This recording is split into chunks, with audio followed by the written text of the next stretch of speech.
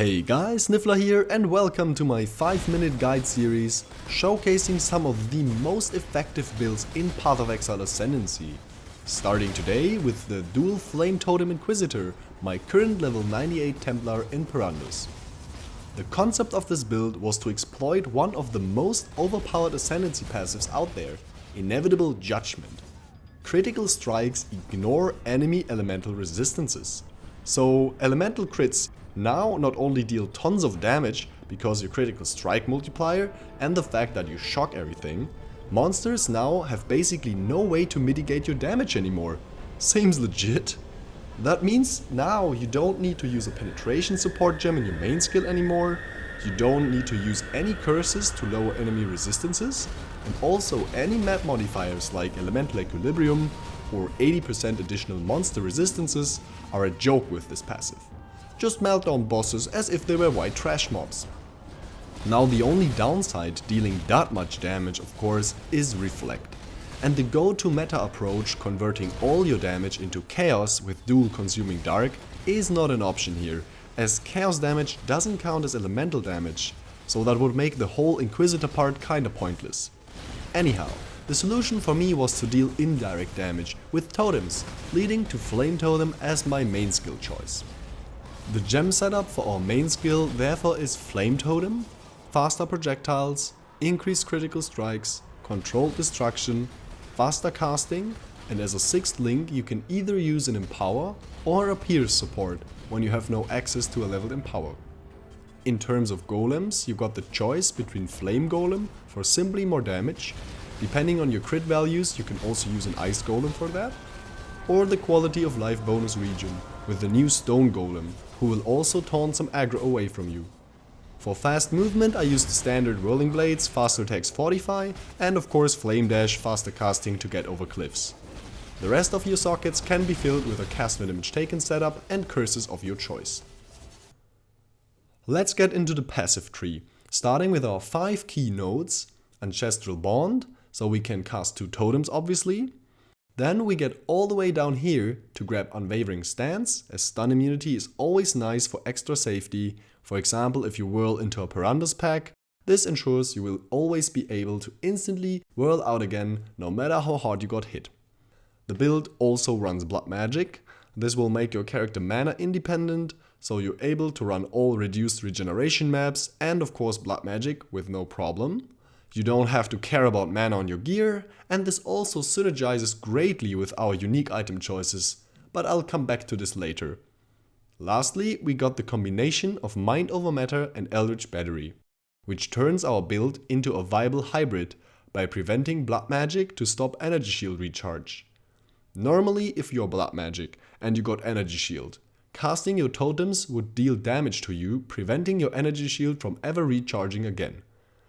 By letting Energy Shield protect your non-existent mana, that you also never spend, will allow it to recharge as soon as you're not hit by monsters. Mind over Matter is needed in order to add it back to your effective life pool of course. For the rest of the tree I was filling out all effective life nodes together with Spell Crit and Totem Clusters, but you can also find a link to the passive tree in the video description below. Our 6 Ascendancy points are Inevitable Judgement of course, picking up Righteous Providence on the way, and the last 2 points are spent on Instruments of Virtue, buffing spell damage and cast speed after using an attack or casting a spell, which will constantly apply as we are using Whirling Blades for movement. For Bandits, help Oak in Normal for 40 flat life, get 5% cast speed from Alira in Cruel, and kill all in Merciless for an extra passive point. Now all that's left to talk about is gear. First of all, there are no build enabling uniques required to get this build started, but there are some best in slot options though. So if you can afford those and use them while still capping your resistances, go for it. But it should be no problem using any rare replacements till then. Starting with my helmet, I'm using the unique 3 Dragons Golden Mask, which will allow your fire damage to shock, amplifying your DPS output by 50%. And it's also a cheap 30% all-res helm to enchant for Flame Totem projectile speed or an extra projectile. The best DPS gloves are Face Breakers, as for all crit builds, with their 90% critical strike multiplier. Ideally you want to get a cast speed corruption as well, as phase breakers cost nothing after the first few days in a league. The best in slot chest for all fire crit builds is the good old Troll Shaft's Infernal Mantle. +1 to fire gems, 35% fire damage and 100% global critical strike chance provide a great DPS boost. And here comes blood magic into play, as the drawback of 100% increased spell damage taken while on low mana will never apply while having no mana. Same goes for the best DPS boost jewel, Clear Mind, with up to 60% spell damage while no mana is reserved, which also applies with blood magic. Another unique jewel option would be Rain of Splinters, for 2 additional projectiles.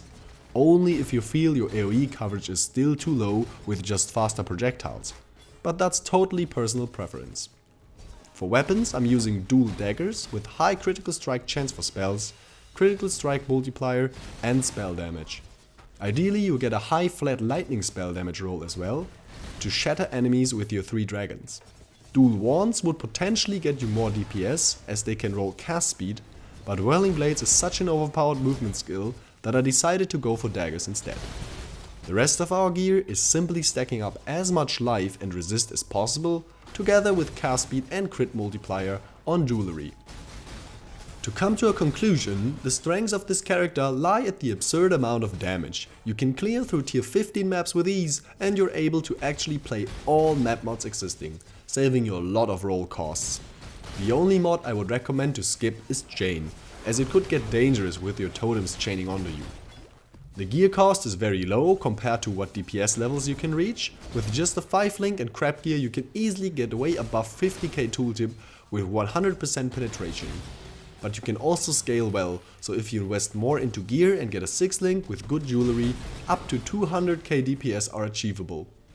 Now, the only downside for this character is that you basically have no physical mitigation other than a proper flask setup and positioning. So you're not able to just jump into packs and play the leech tank, you have to let your totems do the job, leading to a little less aggressive playstyle. But in my opinion, at the current stage of the game, you can stack up tons of mitigation and still die to some random bullshit if you engage mobs aggressively. The best way to constantly stay alive is to avoid being damaged in the first place, which is exactly what this build allows you to do. That's it for this guide. I hope you guys enjoyed. Thanks for watching, and for more Path of Exile content feel free to subscribe to my channel. I will upload more guides on builds, tools and trading. Hope to see you next time.